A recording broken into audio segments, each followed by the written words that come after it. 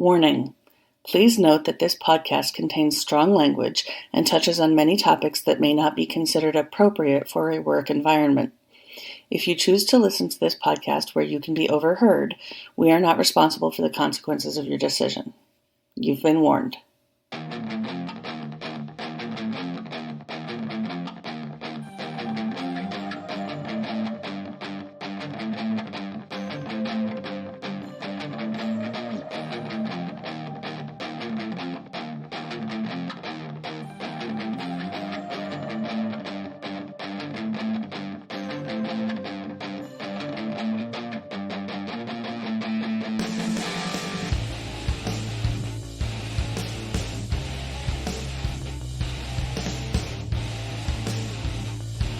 Spoilers, people! Convention season is still upon us, and we're getting ready to deal with all the things that feminism has to deal with in regards to getting your fan on.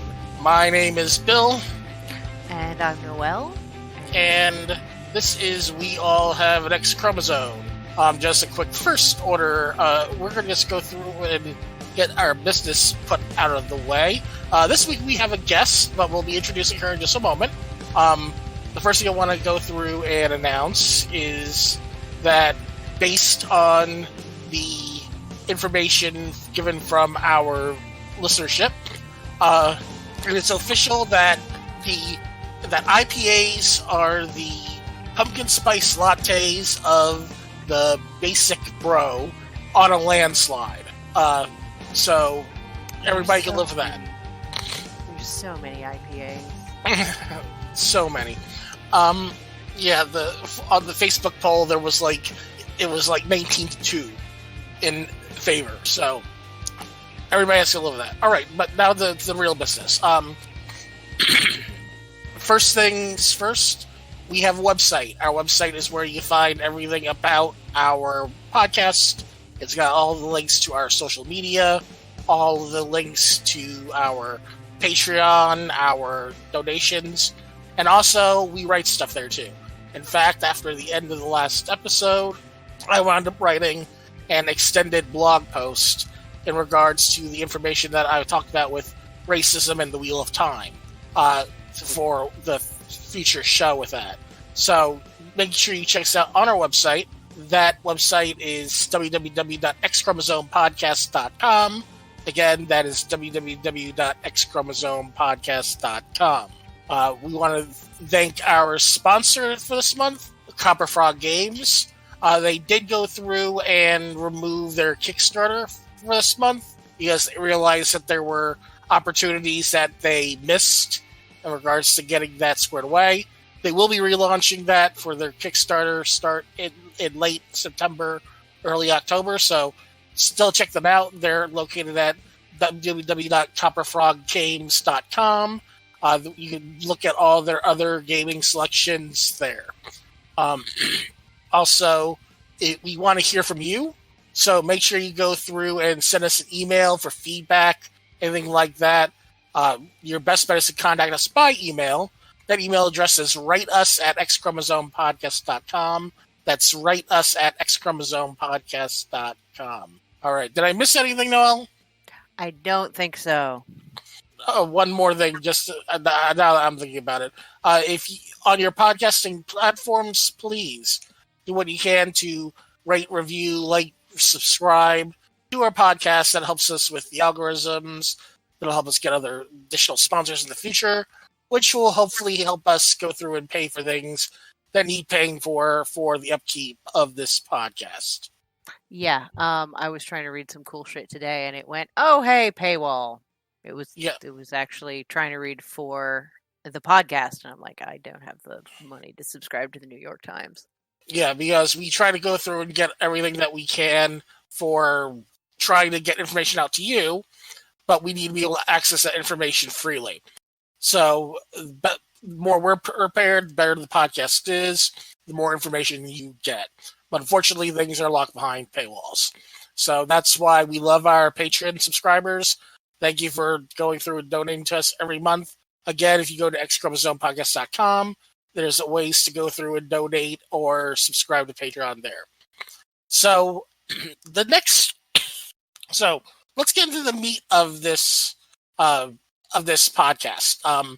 We've been saying recently that due to fair season, we weren't going to be going through and doing as many guests, but we're getting ready to go into DragonCon, and this guest that we're bringing in was actually a suggestion of Brian's that we went through, and she outreached to us after listening to the podcast, and we invited her on because of the issues that are going through. This is something that me and Noelle are geeks, and many of the people that listen to this podcast are also geeks. So convention season and Ren Fair season. People get to go through and dress up with what they like to show off their fandoms, things of that nature. So what we have is excuse me. No, I'm not dying anymore. I just had something go down the wrong pipe. You're dying. Stop dying. So who we have today is the founder of the Cosplayer Survivor Network. We're going to talk about cosplay, conventions, convention safety, things of that nature. So I'd like to go through Cosplayer Survivor Support Network. I'd like to go through and introduce the founder of the organization, Trickssi. Hi, Trickssi. Hello. Thank you for having me on. It's our pleasure, really. I'm looking forward to this conversation. Can you tell us a little bit about your organization? Yeah, absolutely. We founded in 2016, shortly after the, can I say, election results?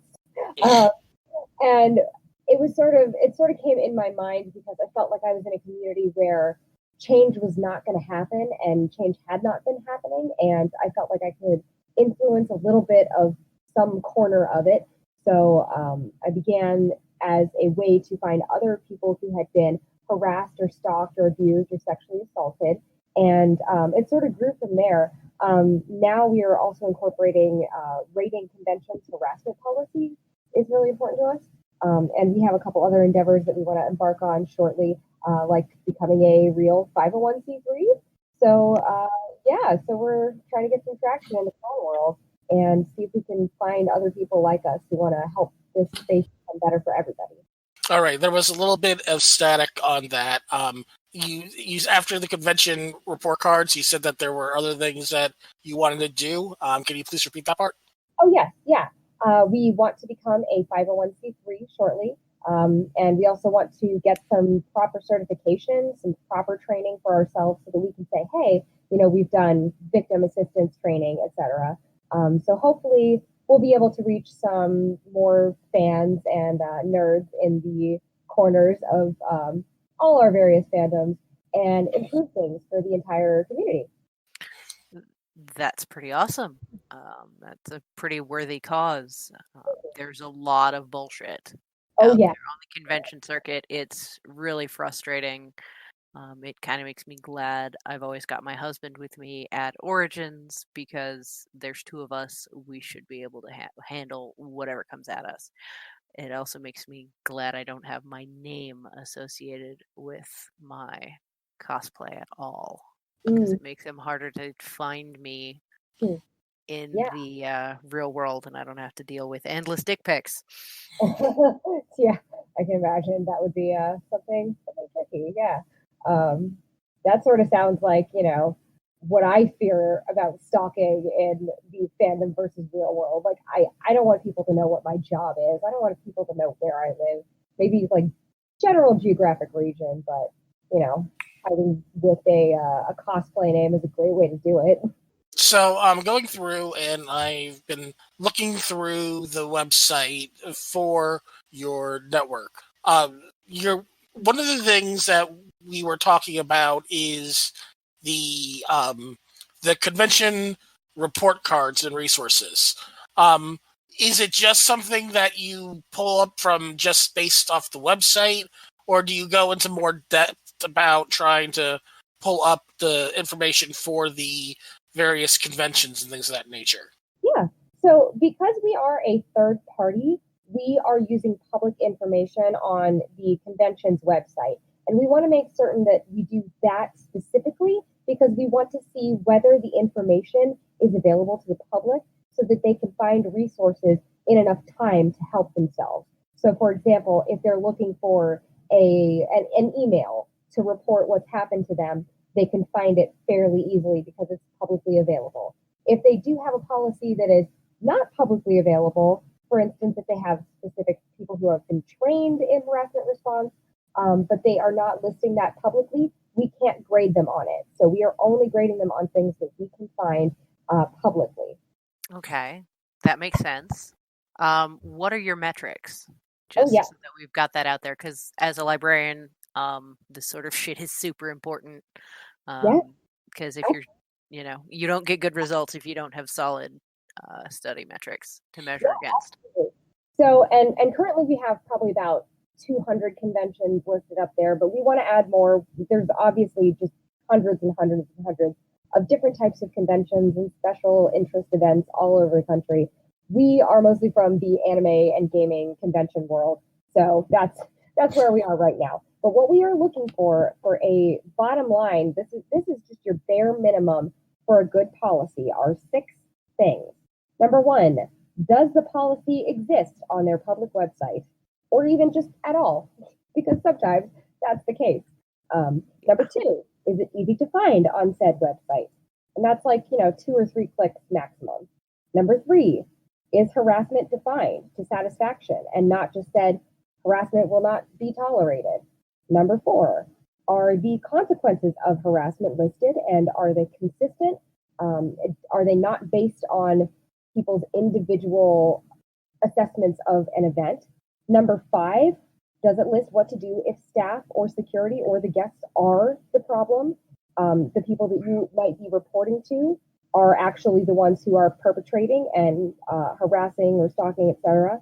And then number 6, is there a contact listed for remote reporting? So, for example, if you find yourself immobilized and you can't go find staff, or you're outside and staff is nowhere to be found in that particular area, can you still contact somebody immediately when it happens that way?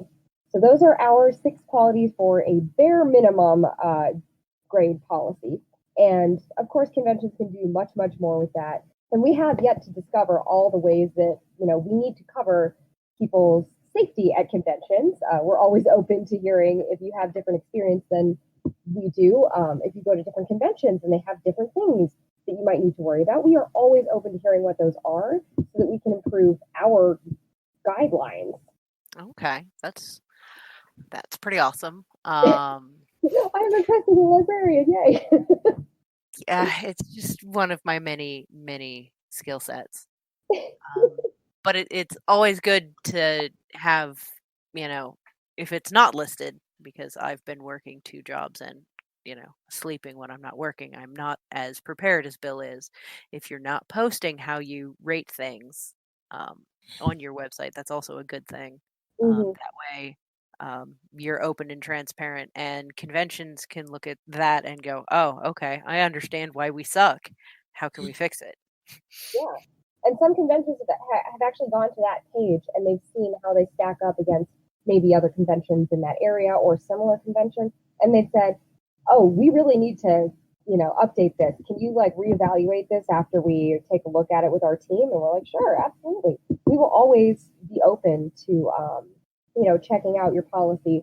We don't have it's kind of a rolling update. So anytime somebody lets us know that something's changed, then go ahead and take a look. Or basically just, halfway point through the year, maybe take another look and see if anything's changed from conventions that haven't contacted us. So it has put some pressure on. And this year especially, I feel, has been a lot of stories coming forward, a lot of people discussing what's happened to them. It's more important than ever that we let conventions know what's been happening at those conventions.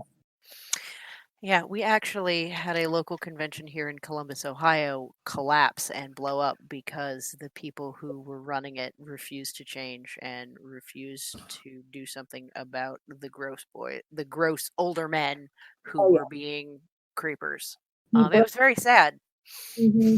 Yep. Yeah, as people know, in regards to the convention circuit, I live in Massachusetts, so I got to basically witness firsthand the Aresia blow up that happened with their whole entire staff after the allegations were put through about their sleaziness, and they're trying to cover up uh, allegations of abuse. You mentioned that on your website for that. But things like that, as more stories are coming out, we're hearing more about issues with conventions, not only with cosplay, but just people that are on staff that are getting abused and taken advantage of. It can happen to anybody at a convention, and that's something that I want to emphasize here too. We are called the Cosplayer Survivor Support Network. That's basically just because my experiences are of a cosplayer, and I understand certain issues that are endemic to cosplaying, but not necessarily attending if you're a general non-cosplay attendee. But we are trying to get policies revised for everybody, every single attendee, because it really is not just cosplay. And some of the worst harassment I've experienced has been when I wasn't in cosplay, but I am still a cosplayer, so I know what it's like to be on both sides of that, and I felt differently each time. Now, speaking of experience, you don't have to go into the nitty gritty details about your experiences, but what are your experiences on the as a cosplayer and as like someone that might be general staff, so they understand what point of view from your experience that you're coming from? Yes, absolutely. So I started cosplaying more seriously in about 2014, and I usually choose to cosplay characters that have a little bit more, not risque necessarily, but like the beautiful booby ladies.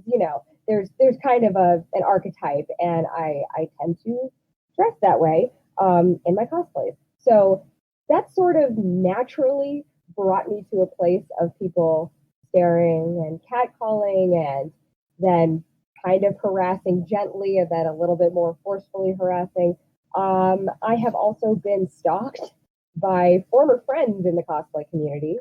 I've experienced sexual assault as well, as a result of being at a convention with somebody who I thought was a friend. So yeah, I've had various experiences over my, what is this now, 5 years, 5 years of being in this scene. I also host formal balls at a lot of conventions, particularly here in the Midwest, but I've also done other events like on the West Coast, FanimeCon, and that sort of shows me a lot of the time what the staff side of things is like, and whether or not I, as a low volunteer staff kind of member, am getting any sort of information on whether we're being trained for harassment response. So a little bit of this, a little bit of that. And then obviously before I did any of that, I was just a general attendee. So I got to see all of the weeby goodness, just as somebody walking around. Now, you mentioned to us that your network is looking to also offer training and support to conventions, or is that something that you're looking for in the future for that? Oh, great question. Yeah, this actually sort of combines with the other organization that I volunteer for. So we personally at CSSN are not planning on training others. We would like to receive our own training and then consider from there. But we actually have an organization called Uplift, uplifttogether.org, and they are the ones who are going out to conventions and actually giving the training, helping them actually tailor the policies to their specific area and their community's needs. They're the ones doing all of that actual coordination, and they have a sliding scale. So if you're a smaller con with a way smaller budget, they can still assist you. So basically, all you have to do is get in touch with them, and we provide a lot of avenues through which to do that on our website. And then you can also go to conresources.org. It's Uplift's website, basically just for people who run conventions or have influence in that upper staff level who want to see what that's about and what to, improve from the inside and actually have that training. Okay. We're going to make sure we post all of these on the webpage and the show and in the show notes so people can find you if they need you. Mhm. So that's cool. You've got these interlocking organizations that you volunteer with. Yeah. You're really going at this problem from every angle you can possibly bring yourself to bear, which is a ton of energy. Yeah, it's kind of, some days are better than others.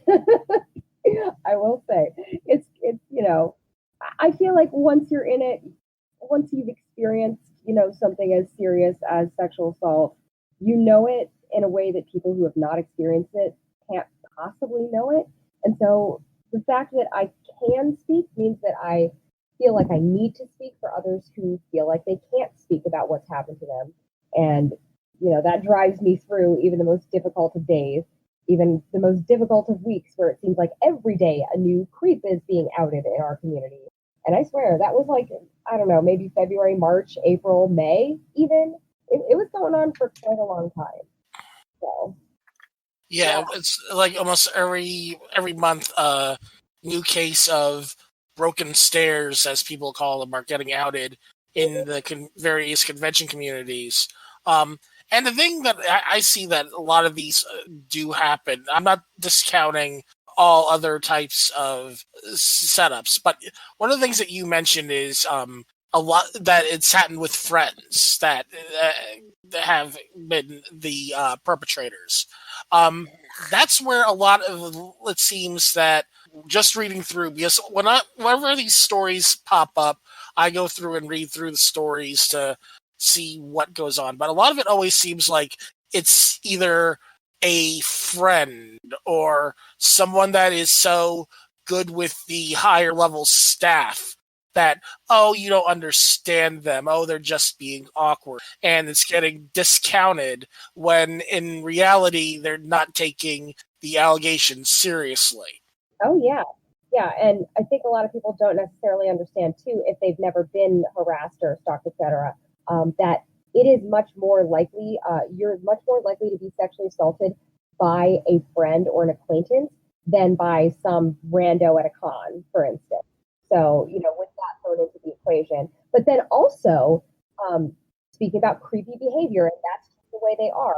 Something else that we've been picking up on and we want to pursue a little bit further is the fact that there's no education in the convention world right now for people who may not know that they're acting creepy or may not understand that it's being perceived that way and continue to do that behavior. And then the more that they get called out, the angrier they become, the more belligerent, and the wider the gap becomes between people who are being harassed and people who are doing the harassment, who started out as ignorant but are now in a more malicious vein of coexisting.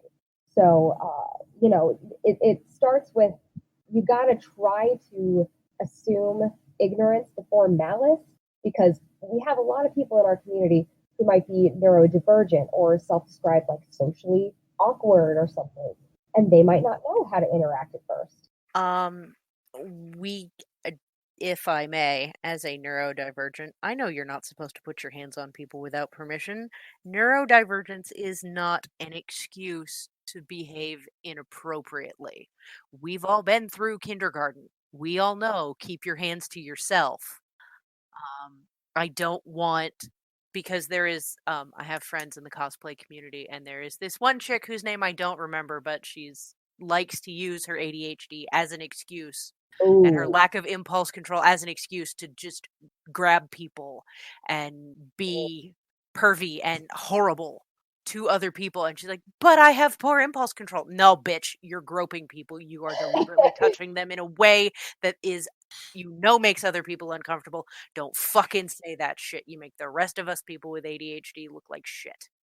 Yeah, and that's hard too. Honestly, I think there's another aspect of that too that doesn't get mentioned often enough, and that's that, cons are weird liminal spaces where you're doing stuff that you wouldn't normally do in everyday life. At least most of us wouldn't, dress up and wander around in the hallways where people usually have their business trade shows, etc. So even if you know not to touch people, maybe you see somebody who's dressed up as your favorite character and suddenly you don't know how to talk because in your mind, they are that character. You're intimidated in a different way that you're not prepared for, et cetera, et cetera. I mean, there are so many weird things about conventions when you step back and think about it. I mean, if I tried to explain this to my coworkers at my day job, they would be like, "What is this? Why do you do this?" So. Oh, I get it. I come from the Ren Fair world, and we've had our own. We're having our own come to Jesus moment and our own hour of reckoning. And it would be nice to have a partner group to you that helps with the Renny side of things, with girls who are groomed by older men to be okay with gross shit happening to them. Oh, that fucking sucks.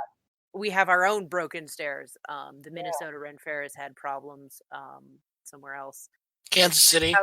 Kansas City. It's kind of how this podcast got started. It was one of the first things we talked about was the abuse of people who are wearing a costume or who are in a situation where it's intense. And it's several weeks. So you've kind of got this intensity, almost trauma bonding going on. You feel really close to these people at the end. Over the years, some of these people have actually become like family to me.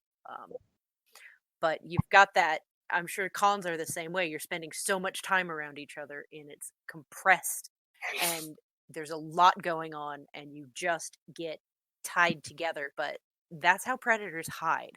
Yes. Yeah, absolutely.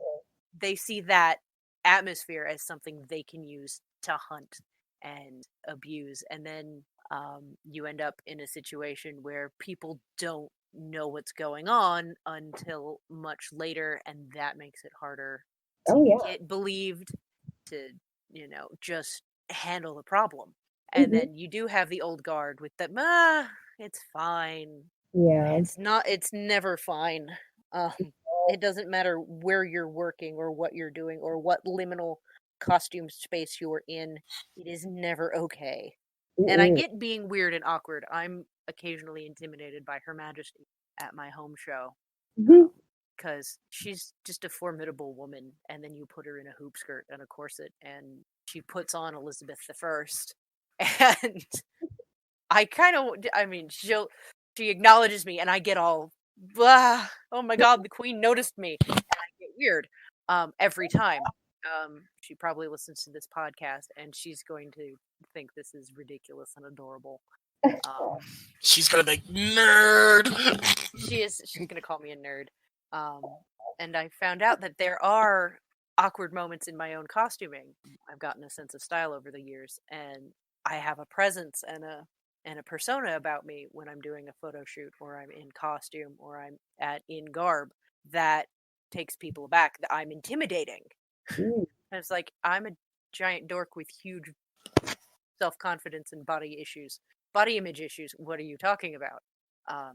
So I get that people act differently in liminal spaces, but that's not the same as definitely being deliberately inappropriate. And I really, really don't want there to be in our discourse about safety any sort of wiggle room.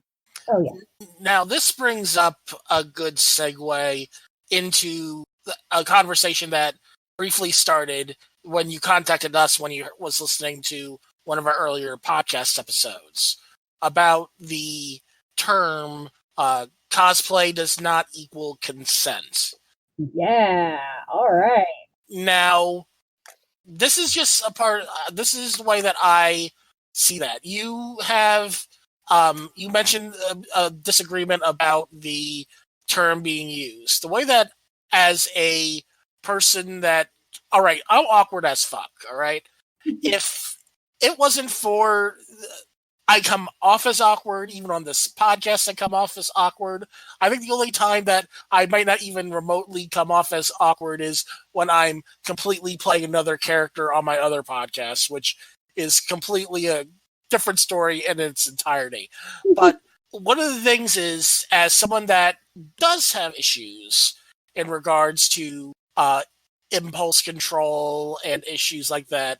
The wording of cosplay does not equal consent is something that is very easy to go through and remember, because I generally don't have to deal as a person with what you might have to deal with as a woman, or what Noelle might have to deal with as a woman at Run Fair. I am what we call the default easy mode. I am the cisgender white guy that could just go to a convention and blend in the crowd of other cisgender white guys. For me, just the term cosplay does not equal consent is as a convention goer that might not be looking at harassment policies when they buy a ticket or something like that, or go on a whim, that, okay, I need to make sure that I'm being a good citizen, don't harass people, don't stalk people, don't ask for permission before getting photos for anybody that might be on the floor. It's like an active reminder not to be creepy in that regard. You have a take on this that we started to talk to, but I didn't want to go through and waste time in email to discuss it. I wanted to bring it organically. So what's your thoughts with the cosplay does not equal consent?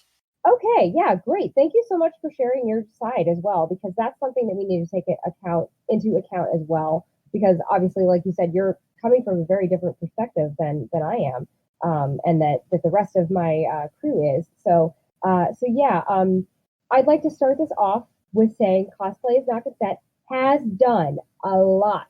It's done a lot for our community thus far in raising awareness that it does happen, and that it does happen specifically to cosplayers, which is something that we all need to remember, right?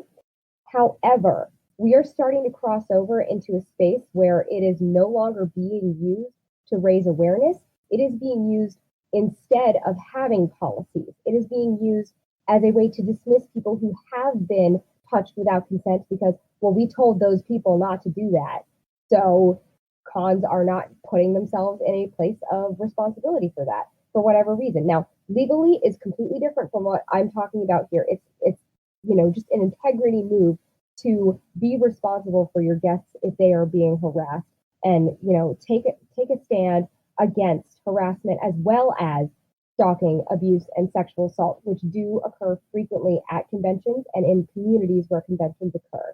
So with all of that being said, thank you, Cosplay is Not Consent. Now, I'd like to give some reasons as to why we don't particularly support the phrase. We have 6 tenets that we would like to share with you today. Number 1, the reason why we don't like it being used is that it implies that cosplayers are the only ones whose boundaries are violated. And I'm not just talking, well, yeah, of course, there's costumed people versus the attendees not wearing cosplay. I'm talking also guests. I'm talking also volunteers, staff members, etc.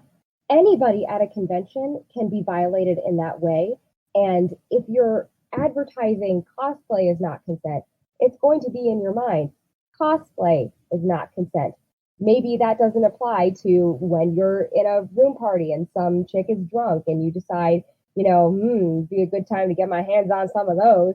It doesn't translate well to other situations. And the second thing I want to say about that is that it does strongly imply one situation. And it does not mean that it does only apply, but it implies one situation. And that is a female cosplayer and a male photographer or offender. That is far from the case. I mean, as everybody knows in our community, it's not just cis women who are getting harassed and stalked, etc. Cis men get harassed. And oftentimes they're not taken as seriously because they're expected to man up in our society and just brush it off as a joke, even if it was something that really, felt hurtful to them. So when we have a phrase that is so strongly tied to a cosplayer with a photographer on the other side, and that being the issue, we're sort of missing the entire wealth of issues that are coming from conventions not having policies. And I'm going to say right now, too, before we started doing this work, there were probably 2 conventions, if that, that met all the criteria organically. And we still have a long way to go. But that means that all the other conventions that we looked at would not be able to take care of you in the worst case scenario if you were unable to move, if you were sexually assaulted by a friend and you didn't want anybody to know, etc. So we're looking here for something that will take care of all of that. And a phrase is not necessarily serving that population. Now, it also does not define consent or the context of consent. Cosplay is not consent to what? To touch, to photograph, to post online without credit, to heckle, to stalk. And what is consent? For that matter, what is harassment and how can we define it? So if the convention uses cosplay is not consent as their policy without saying, hey, when you violate this aspect of the consent, you are now becoming a harasser, that's sort of taking out some of the logical links and people are not going to think about what it means. So they're just going to say, okay, well, I'm not taking pictures of somebody inappropriately. It doesn't apply to me. Consent is also one of those words that I think sort of strikes fear in the hearts of men. Good. Yes, good. Yes, good. But also, yes, it is a little bit problematic in that people think that it's only related to sexual things now. A lot of people will automatically think of consent equals sex, and that is, ooh, we can't talk about that. That's taboo. Or, oh, it's just cosplay is not consent. That's its own whole thing. That's its own separate issue from everything that goes on at conventions. And that couldn't be farther from the truth. I mean, checking in with people, that's consent. Even if it's just, are you sure you want to go to this panel with me? Instead of, dragging somebody around, and, you might not have asked them. So there are so many circumstances in which consent needs to be defined, especially when it's not that one scenario that we think of.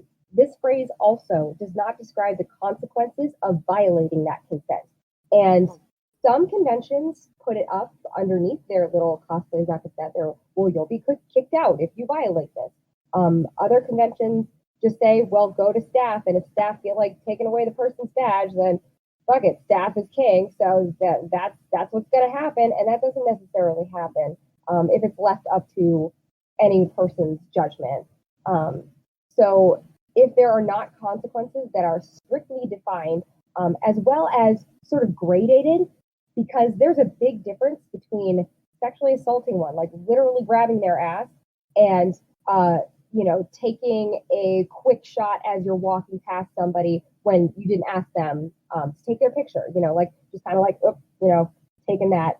That is a much less, I think, impactful offense than a sexual assault and should be treated as such. I mean, we can have a warning system where, if you do that photography where you're just walking by and you take that picture quickly, that's a warning. And if you do it again, then you're going to get your badge revoked. Whereas if, a sexual assault situation happens and, people can respond quickly enough, you get booted immediately and you're not forever.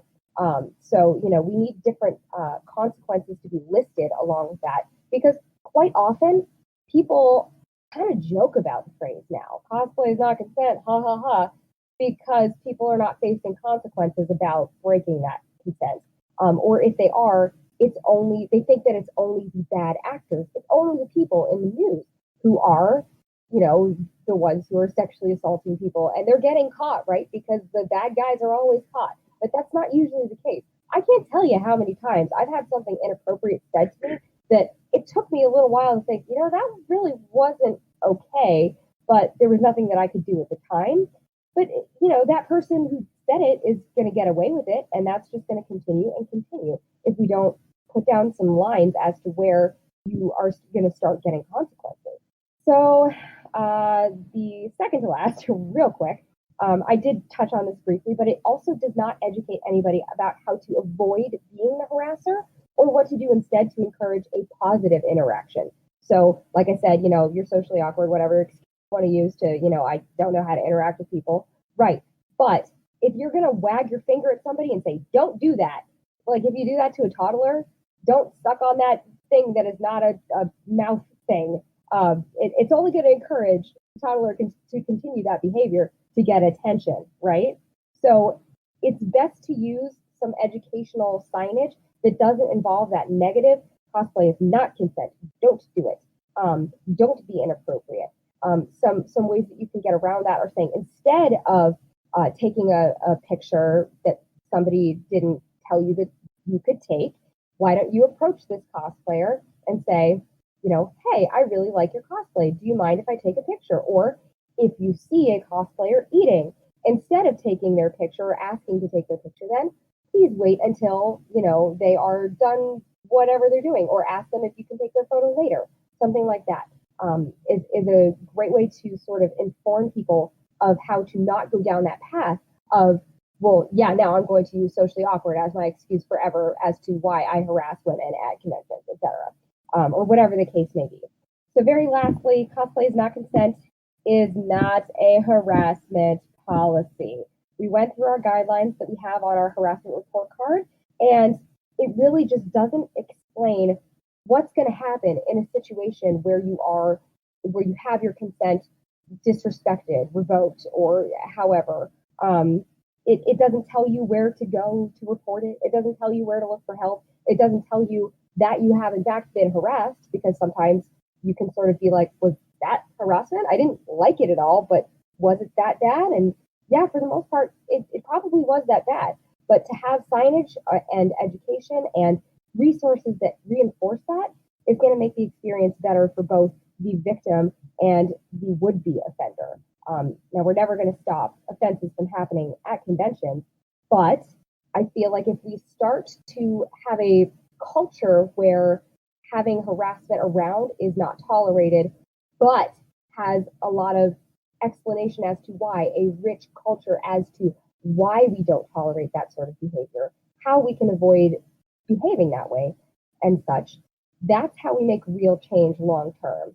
Not a catchphrase that is not doing those things that I have mentioned for the last however long I've been talking. So yeah, that is my spiel on cosplay is not consent, and have at it. Okay, here's from my angle. Mm-hmm. It is a great summary of, remember, just because somebody is wearing clothing they don't normally wear, that doesn't mean that the rules stop applying. The same rules that apply outside the con apply inside the con. You don't touch people without their permission. You don't, it's creepy to take their picture without permission. If, it's a, things in this liminal space are different. People are wearing different clothes. Those different clothes don't change the rules for anyone, whether they're in costume or not. And that's that sort of underlying, yes, this is a weird spot, and costuming is not consent, is from my Ren Fair perspective. Just because I got my tits out in a corset and blouse doesn't mean you get to catcall me because you're drunk. If it would get you punched off site, it's gonna get you some shit on site, because now I'm with my entire family, and if you do it in my booth, my boss is over 6 foot tall and vaguely Middle Eastern looking, and he's going to just stare at you until you wither away into nothing, and then we're going to report you to security for being gross. So it's we need to make the connection, bridging via policy, that this shorthand for this is a liminal space, the rules of normal society still apply. If I may interject here for that, and yes, we do need a way for it to be a quick recall.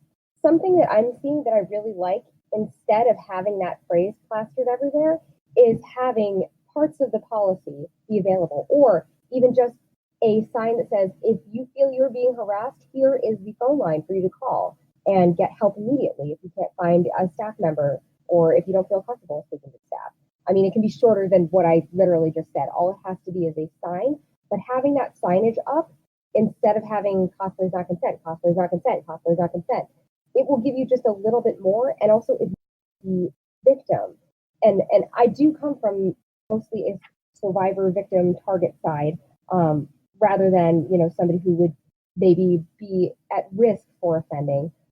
It helps me feel more like the convention is going to take me seriously if they have that posted and they say, if this happens, this is what you do. And then people know automatically, okay, well, if I harass somebody, there's that phone number. They're going to call it. I'm going to get in trouble. maybe I should know if I could do that, it is a great point that it's short and sweet, it's to the point, but it's also not to the point, because the point is about 6 points away from what I was explaining in terms of what it should represent versus what it does represent, which is, again, being misused as a way to sort of write off talking about the more serious offenses in our community. And I'm talking higher levels, like, sure, whatever, people on the internet, I don't give a fuck. I'm seeing it being used in higher level policy as a way to avoid getting into the specifics of what you should do if you're harassed. It's just thrown out there and then it's not followed up with. And if I get harassed at that convention, I feel like nobody gives a shit about me.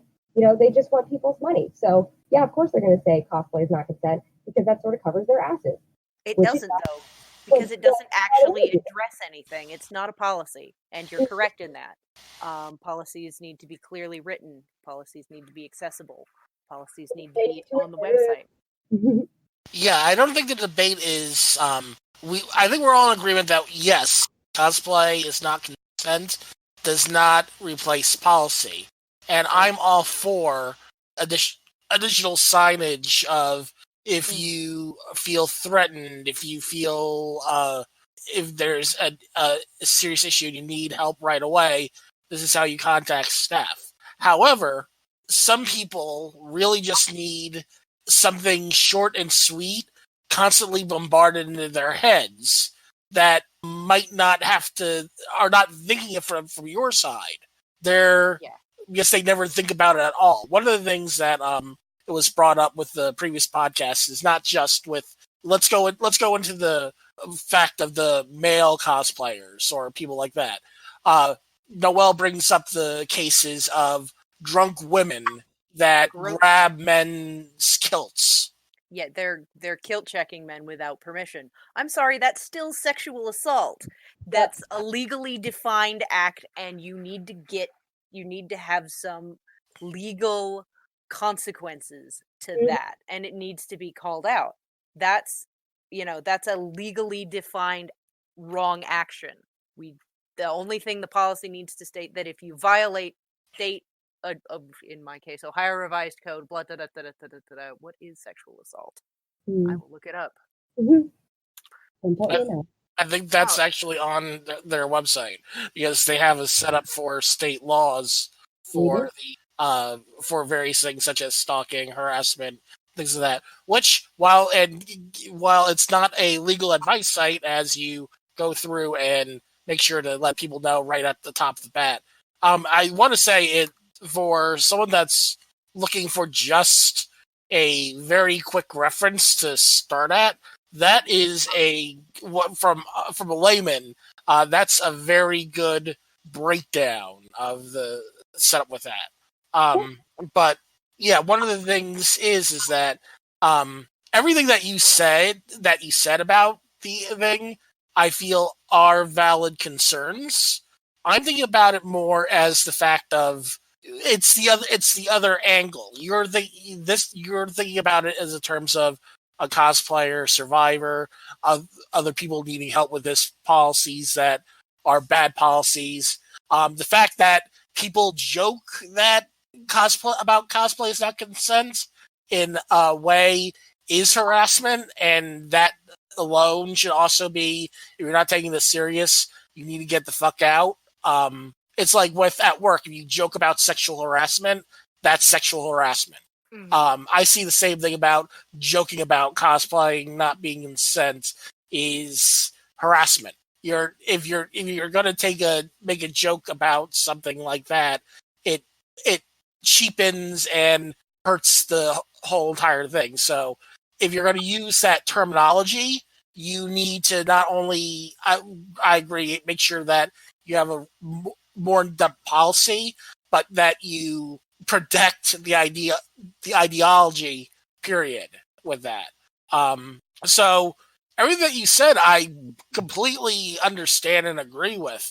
But as a person that generally doesn't have to deal with, because of, unfortunately, easy mode, things that are like that actually are helpful to make you think about how you are behaving. Sometimes people need like a mnemonic device like that triggers in their head just so they can adjust to a different environment. We're not all going through and constantly in a convention environment. Boston just had Boston Comic-Con, which is now the Boston Fan Expo this last weekend. And I was going through listening to various stories and things like that from the convention floor through my friends I got to go.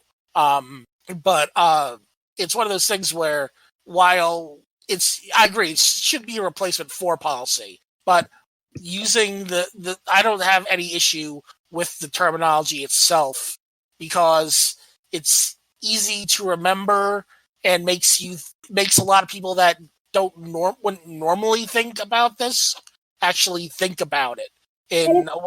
Go ahead. I have no problem with the fact that cosplay is not consent exists because it has, as you said, raised awareness for the basic level of awareness, etc. What I'm trying to say is not that, it should be abolished in and of itself. It's that it needs to be accompanied by something else. It's that it needs to be in an environment that clearly does support survivors.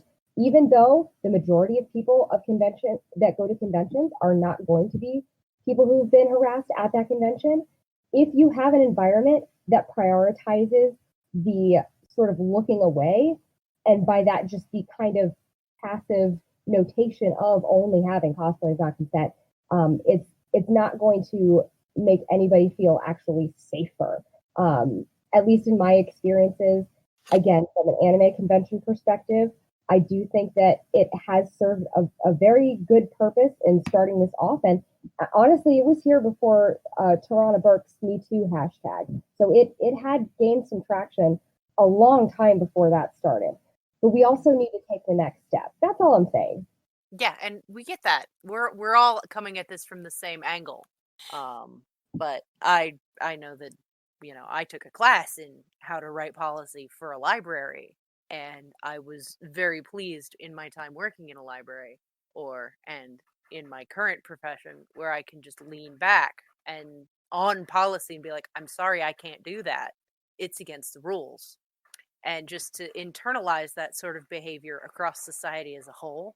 If we work the problems inside the convention circuit and inside the cosplay community are really just problems that happen everywhere. Oh yeah. So we need to we can't just writing a policy for a convention does not mean that it's going to get followed. Does not mean that shit's going to get done, because have it be audited as well, which is another thing that we can't audit it unless somebody actually has a crisis, which we don't want. So it's how do we, the effectiveness of it?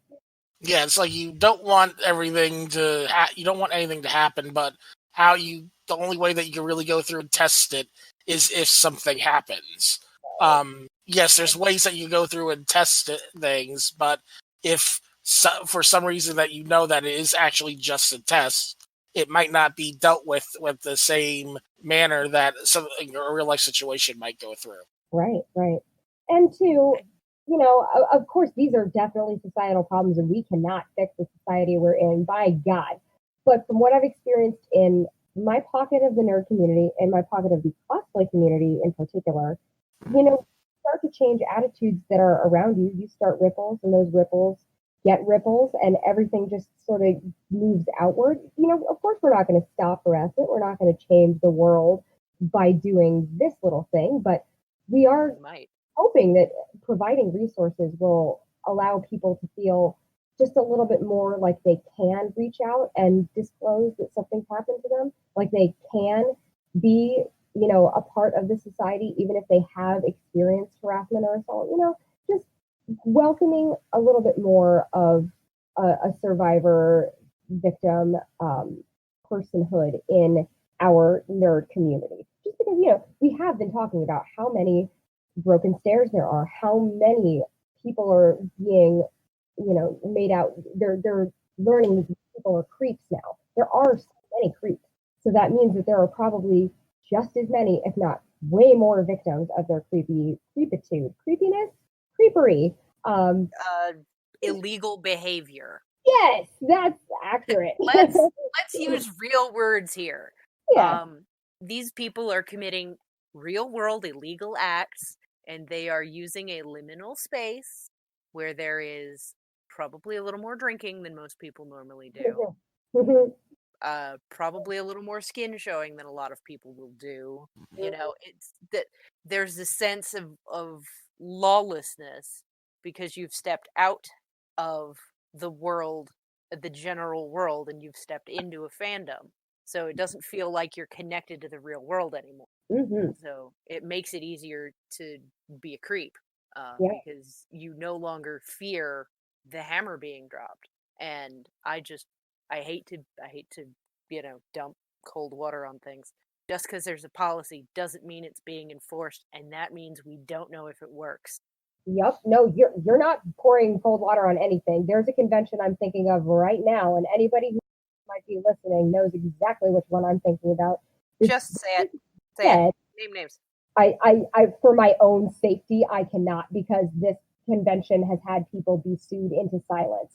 I would love to talk shit. Trust me, I would love to, but I'm going to do it just under the a little bit of anonymity here. Just benefit of the doubt. But this convention fucking knows what it did. It claims to have updated its policy so that you can, in fact, report if somebody on staff, etc., does something, and you want to report that you've been harassed or assaulted. I know for a fact there are people on that staff, on that con-chair board, at whatever the higher levels, the security, that are offenders, and that are not going to leave anytime soon because they're all frenzy-wensy up there. And that's part of why I'm so passionate about making it be a thing in policy where you can report those people to a third party, particularly if it's possible. That's the ideal situation, is that you can go somewhere and feel like if you say Joe Schmo, who's friends with the con chair, just raped you, you'll be taken seriously. Because like you said, we have no way of knowing whether these policies are actually going to be effective. But if we have them out there, people might be more inclined to try to get help, which I think is really important as well. I know that for me, when I was raped, and this is before I entered the convention community, it was by somebody who was a trusted coworker and friend, somebody who I thought would trust me and would respect me, and somebody who I thought I could trust. And when it happened, I almost couldn't believe that it was happening. I didn't realize that it was happening when it was happening because I hadn't seen that it was that, I didn't know that your friend can rape you. I felt very alone. I felt like there was nowhere I could go. There were no resources. Nobody would understand. And in this community, there's just been, from especially the higher up, influences, but even in lower stages, there's not been as much, like, I would have to say, policy as well as this culture of, hey, if this happened to you, it's not your fault.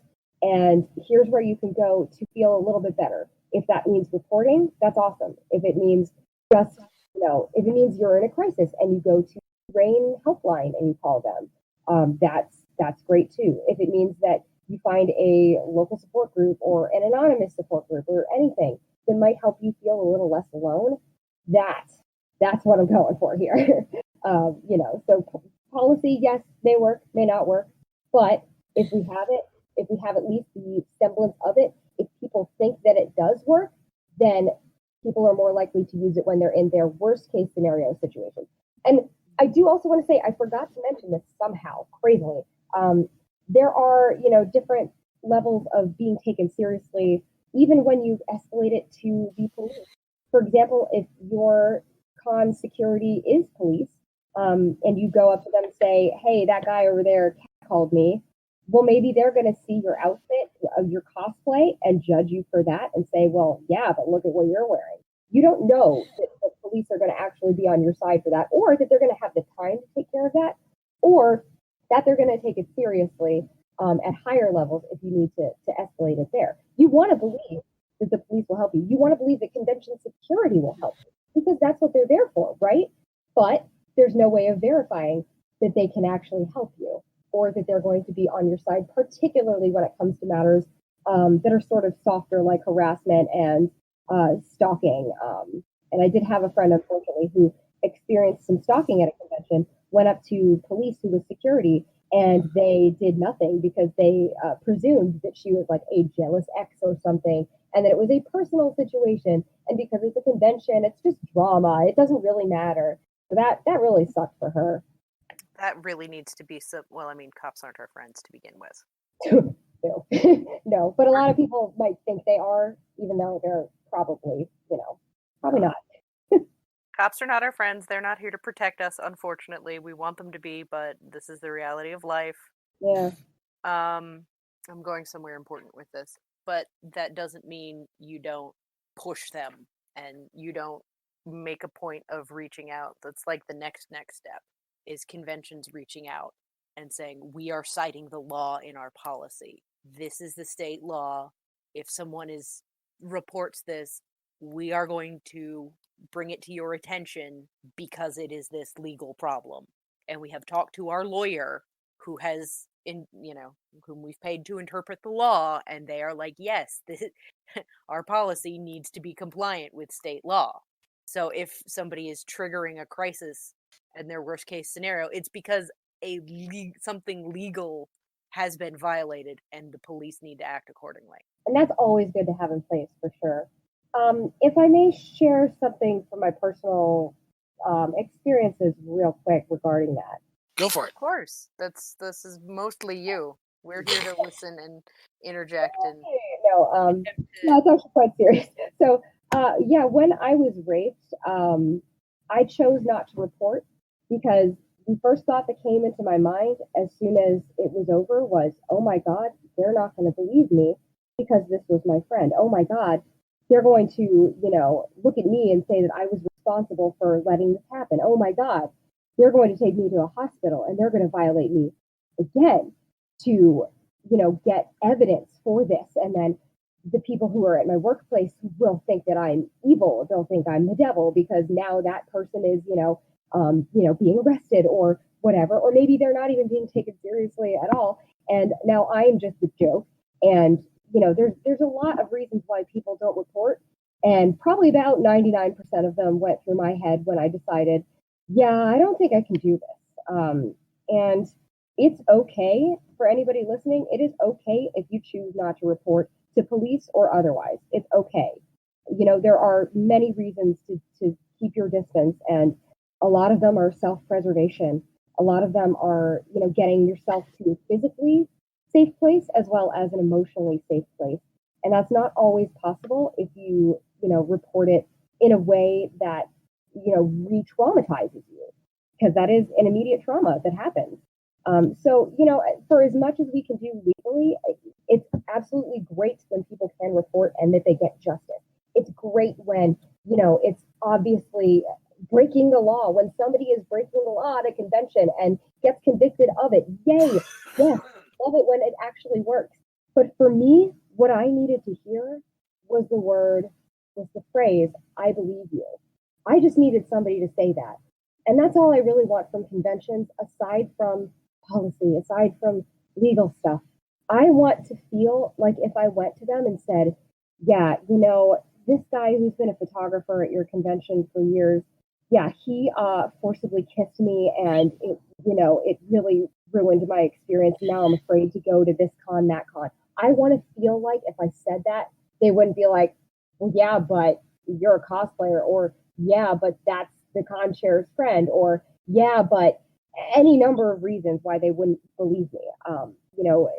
It's really important that even if you really need to emphasize, yes, of course, legal things, and that's why we have our page up it's not comprehensive yet, but we want to eventually get all 50 states and even territories, maybe, and even other countries' laws up there for anybody who needs to reference them quickly.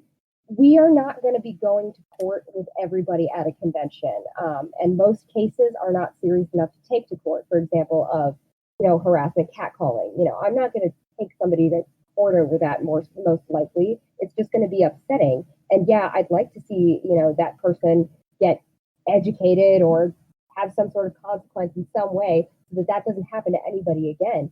But mostly, I want to feel like I would be believed. That is my big spiel on, legally versus personally. There's a big difference between somebody coming up to you and, saying, well, I really need to get justice for this crime. And somebody saying, I've been, holding on to this for years and I just didn't want to say anything because you're friends with this guy or whatever the case is.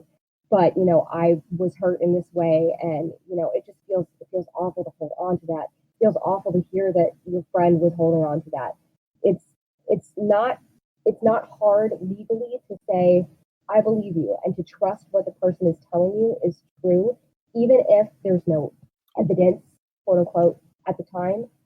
Their circumstances are their evidence. They're telling you what happened and how it made them feel. And the worst thing that you can do, I think, is to, act in a way, like react when somebody tells you that they've been, harassed, etc. Well, that couldn't possibly have happened. They wouldn't have done that. That didn't happen, right? You're just joking around, because that just ruins your whole world. Your entire perception of the person you're supposed to just comes crashing down. So personally versus legally, I would say it's more important to believe somebody, or at least tell them that you believe them, than to press charges. And I get that. I've had my own experiences, and it's really nice to be believed. Yeah. But these fucks don't understand anything but sticks. Yeah. So we need, it's kind of a two-pronged attack. We need the crisis counselors to be there in the moment to say, I believe you, and it will be okay. And we need to change our laws. Canada has a great, it's a third option. You get your kit done, so the evidence is preserved, and then you get a year to decide what you want to do. You get time to process your trauma before you have to decide. It's not a pressure moment, and that's a great thing, and I would love to see that come south of the border and infest America with some fucking common sense. I mean, if they're gonna, please let them invade and bring us their health care and their third option reporting, so you can, have the time to figure out what the fuck happened to you. And nationwide you have pot. to make a decision. Oh, yeah, and nationwide pot. But regardless of legal, regardless of decriminalized and legalized marijuana and healthcare, it would be nice to have that specific space in our own legal code. It would be nice. So that we can honor the need to process trauma and then say, this person needs to go to jail. We have all of these reports years, decades later. I'm looking at you, Penn State, specifically, because football season's coming up, and I'm never not going to let Joe Paterno slide on turning a blind eye to what his friend was doing. Oh, yeah, fuck that shit. Fuck that. Yeah, no. Joe Paterno is trash. You heard it right here. Don't hashtag that. I really don't want to fight a bunch of Penn State fans, okay?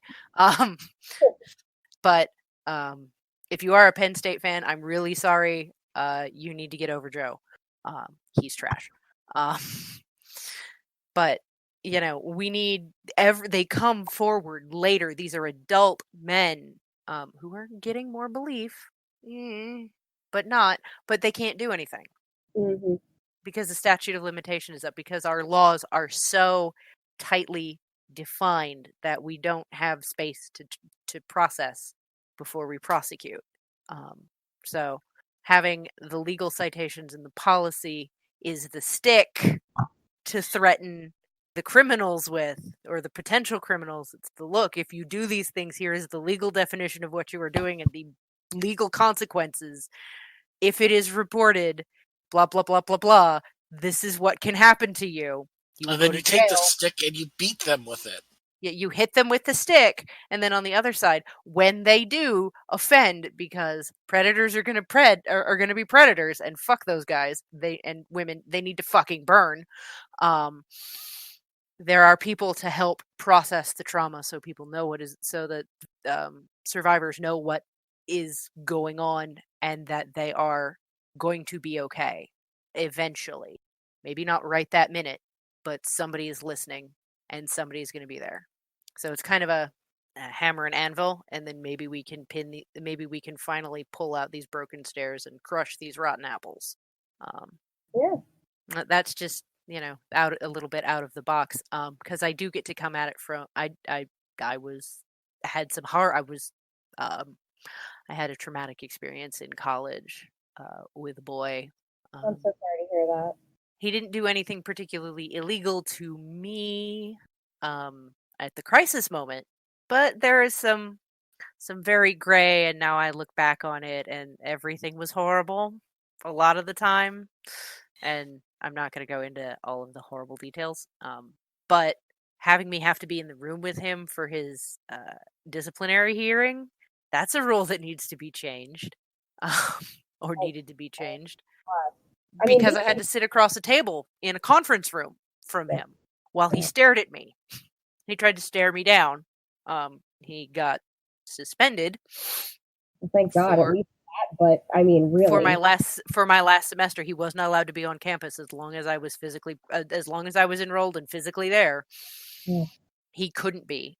I mean, so my little liberal arts college did right enough at the end, but it was still kind of nervous. Oh, do you mind if I ask you where you went? I went to the College of Worcester. Okay, I went to Kenyon. It's another liberal arts college, kind of. Yeah, same conference. Yeah. I was in the marching band, so I kind of remember everybody who was in the same conference with Worcester. And your football team was worse than ours. Not that we were brilliant, but I mean, when I was there, Kenyon was not known for their. Oh my God, no! And I have a funny, this is the weirdest thing. I have a funny football anecdote.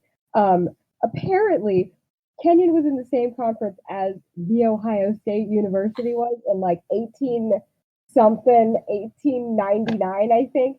And they were so excited about getting to play them that they made a whole anthem about, go ahead, stand up and cheer, Kenyon, because you're going to fight OSU. And it's the cheesiest thing I've ever heard. It's so ridiculous. And it's been archived and nobody wants to hear it because it's so weird. Yeah, well, there weren't a whole lot of conferences back when the land grant schools were formed, so they had to play somebody. That's right. And they wanted to say, "Hey, we're gonna win this one, guys," and they won one, and that was it. Honestly, I'm not sure if Kenyon football has won since. Sorry, guys, I have no idea. They won occasionally, but we could get into the politics of Mount Union deliberately suppressing their enrollment records so they could stay Division III and continue to dominate. I mean, there's a whole episode about for some podcast somewhere that's not this one, because I'm not entirely sure that shady recruiting and shady policies like that are specifically a feminist problem, but it could get into some Title IX stuff. That would be awesome. I would have to, not have a day job and weeks of time to do nothing but research the intersection of Title IX and football and recruiting. Oh my God, and sports recruiting. But I'm sure there's a ton of shady bullshit there. I do know there's an oppression of minorities issue. Because, there are 2 sports in the United States that require you to go to college first for a set number of years before you can go play professionally. And it's football and it's basketball. Well, with football, it's not that you are required to go to college for a set number of years. No, you are required. You have to have a set amount of years away from high school. They want you to have burned. Yeah, it's the same in basketball, but it's essentially go to college for 3 years to further develop your skills, or you're not going to get into, if you don't go to college, no one's going to see you and no one's going to sign you to the NFL. So it's literally go to college for 3 years and not get paid and make a Division 1A school a giant pile of cash and not see a dime of that revenue that you have generated, and then go play for 32 white guys to make another giant pile of money. It's just an interesting, if you follow basketball, it's you have to go play basketball for a year for a college to get the notice to get signed by a lot of times by the NBA. You either have to go immediately out of high school because that's happened, but that happens less and less. That's very rare that you get a LeBron James who can make it in the NBA as an 18-year-old. LeBron James may or may not be listening right now. I mean, if you are listening, sir, please just at me. As a fellow kid from Akron, I appreciate everything you have done for our mutual hometown and everything you do for Ohio and everything you do with your platform. So just if you are really, truly listening, please let me know.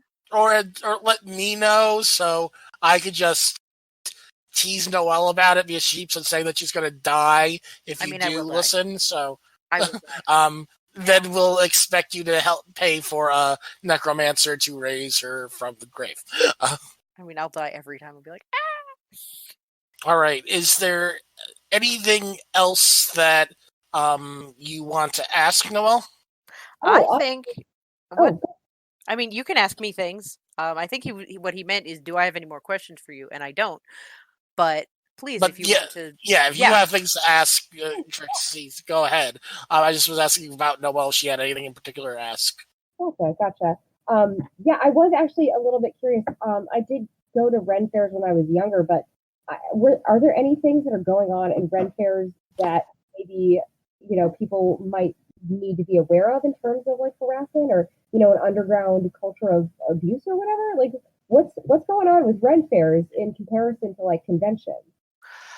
A lot of the abuse is, it seems to be staff or older cast members. We can pull up the stories and send them to you because I don't remember them off the top of my head. We will relink them because they're important to this discussion. But in one case, the entertainment director was holding people's livelihoods hostage until they fucked him. Wow.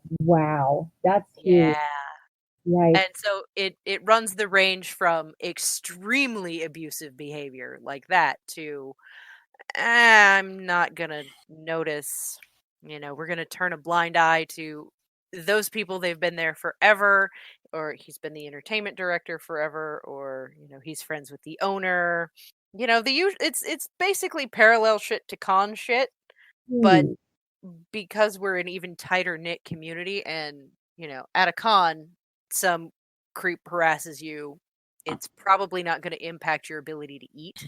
In the same way, an abusive entertainment director or craft coordinator or other individual in power who could cut you out of a lucrative show, who could remove your ability to be at a show that's your biggest moneymaker or your, quote, home show, just because you're not doing what they want.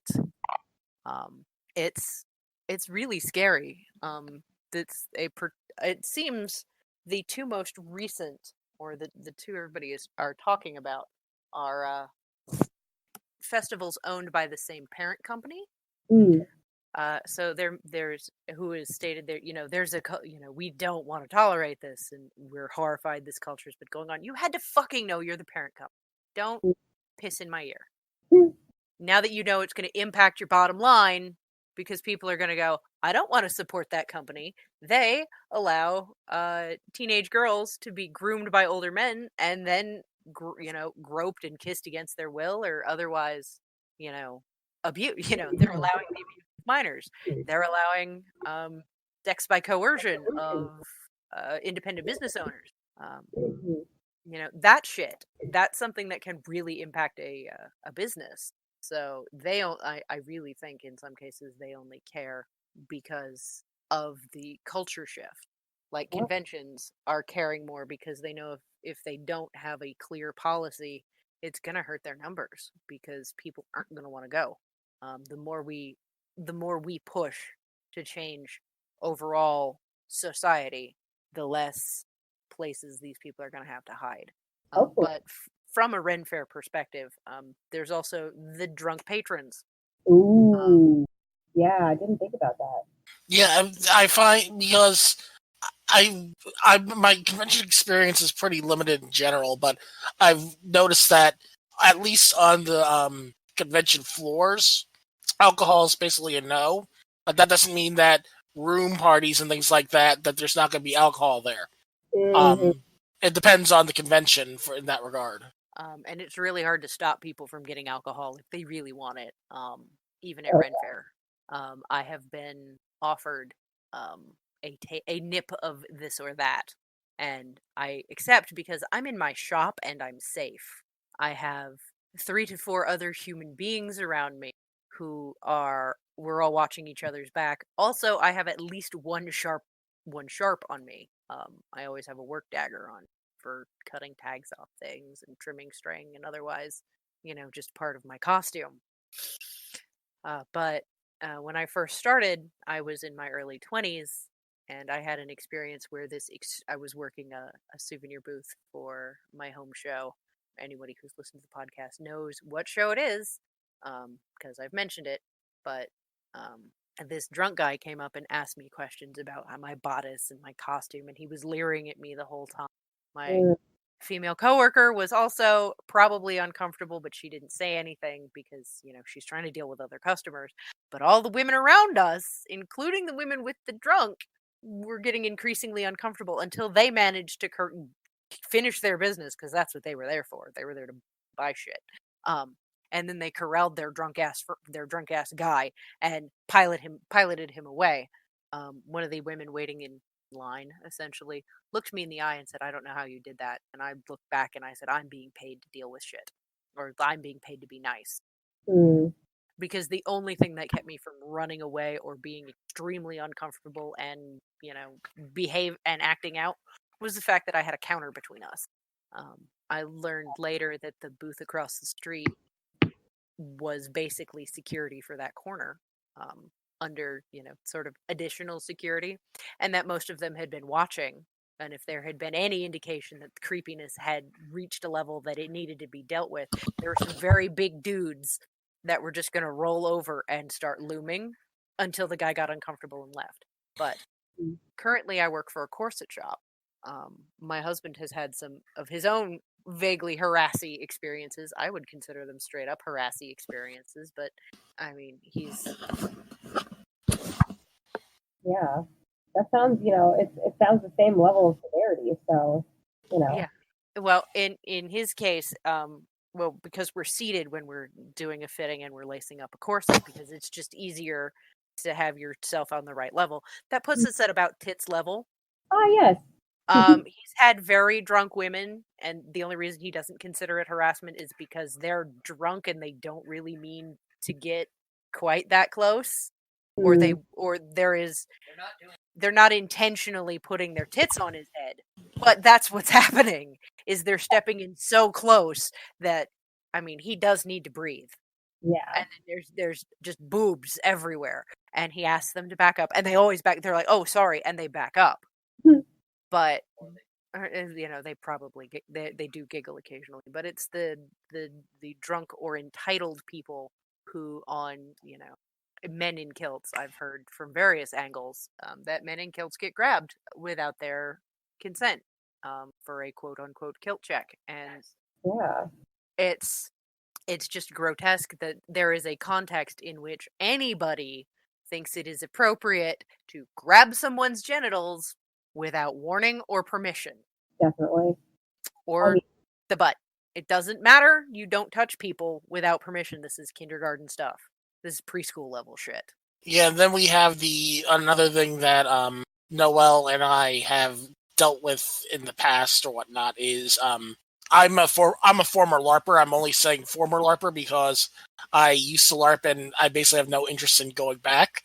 But you have the LARP conventions where a lot of actual LARP gaming is going through, and many of the convention issues that may be happening with the various other gaming and comic and anime conventions that they deal with. And a lot of these LARP conventions also tend to be organizational based more than open to the public, so to speak. So they also get a lot of tight-knit issues that are hard to go through and get pushed through. While they're trying to go through and make changes on organizational level, it's not going through and helping as much as it needs to help. Because that goes another problem. Yeah, it's one of another thing about the whole consent-based role play and things of that nature that people will go through and take not just the costuming but the situations too far and take them out of context, not just in character but out of character too. And it's one of those things where whenever you get a convention or any type of geekery involved, it's like just seems to shine a brighter spotlight in our fandoms because we're seeing it on a smaller scale, even though that these problems are worldwide, larger scale problems as it is. Yeah. Yeah, because you didn't know that, it's the same, the whole costuming is not consent to be gross is the thing that I deal with.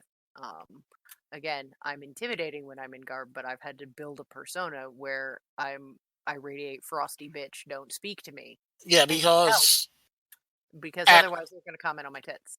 Yeah, because at LARP conventions, I've volunteered as security, and unfortunately, it's like for the LARP conventions I've worked at as security, there's not really much that I was legally able to do in those regards because I'm not like I at the time I had certifications for like CPR and things like that if necessary, but all I could do is be the big looming guy if necessary.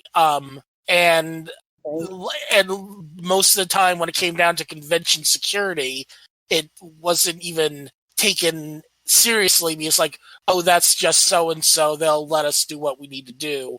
And then I'm the bad guy for saying, no, you need to break this up. So it's one of those things where the tighter fit the community, probably the smaller the convention, some things can be the worst things that they can get. But there's broken stairs, there's cracks that get covered up. It's one of those things where it's a prevalent issue across the board. And as me and you briefly mentioned with the your list for the conventions, Dragon Con's coming up this weekend, and you mentioned that you're getting ready to get that put into research and put onto your list. And for me, Dragon Con is like one of the major conventions of the year. It basically opens up with PAX East and San Diego Comic-Con all the way to Dragon Con. And like for another example, while it may be a huge cosplay related one, there is cosplay, but there's another gaming convention that happens in January called Midwinter. This last weekend, Boston just had what used to be called Boston Comic-Con, but is now Boston Fan Expo.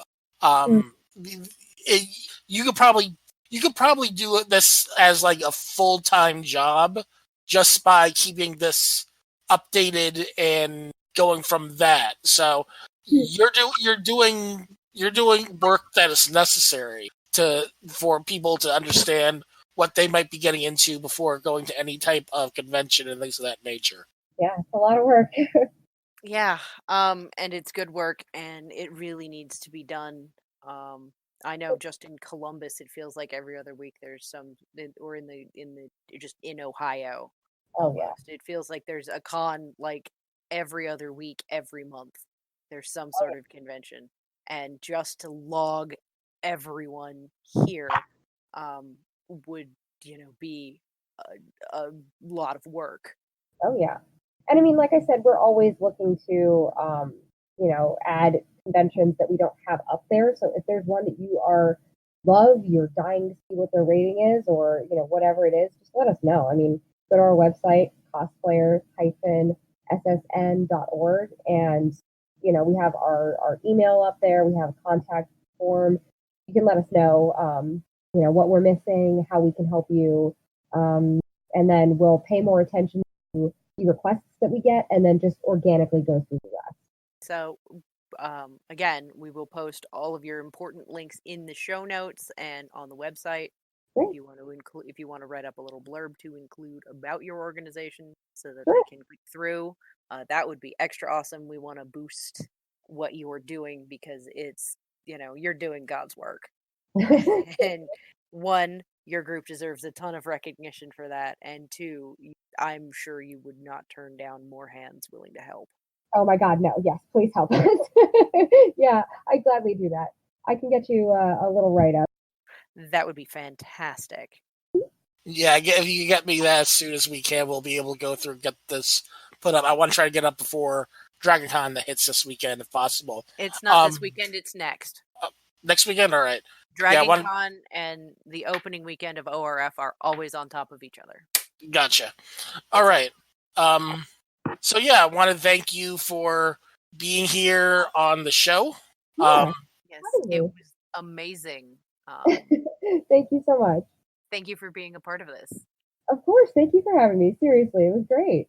All right. So I know that this is going to go through. We're going to go through and wrap things up, but we try to go through and figure out some type of silly question of the week.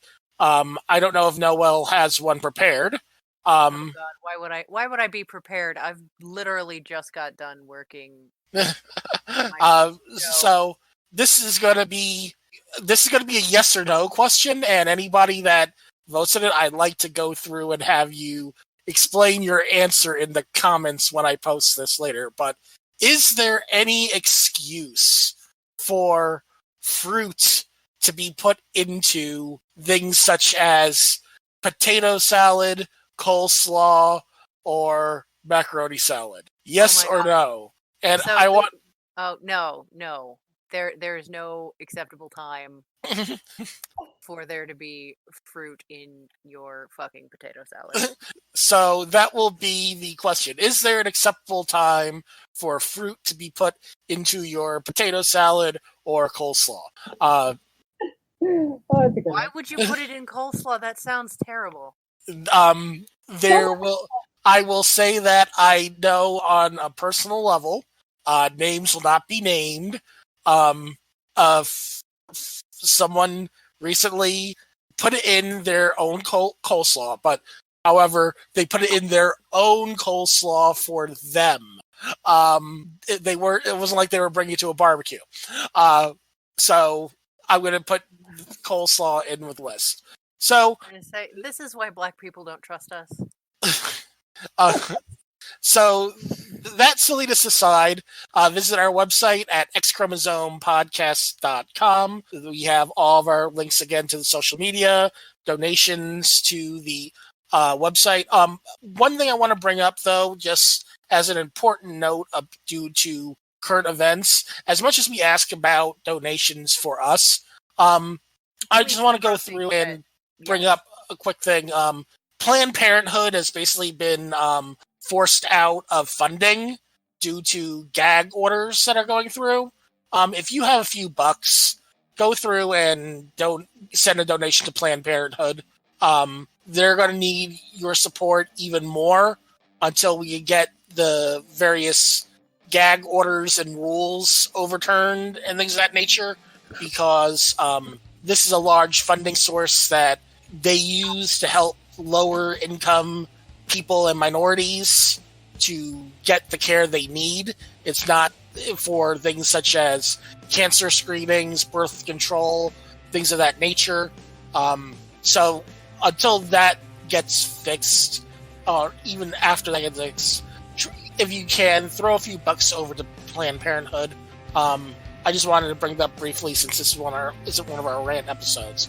So also things like Racies, things like the Trevor Project, all the good shit that helps the world go that's not being funded because shit is funded, and clearly the government isn't going to do it for us. Also, since the group is 501(c), for them, give them money, help them help victims. Thank you. So that being said, my name is Bill. I'm Noelle, and our guest has been Miss Trickssi, and we are thrilled that she was willing to speak with us. And now we're going to kick the bot out. And we're going to be awkward. Also, we all have an X-Chromosome, and Craig, get out. We're going to get Craig. Get out. Goodbye, bot. Get away. Goodbye. Bye.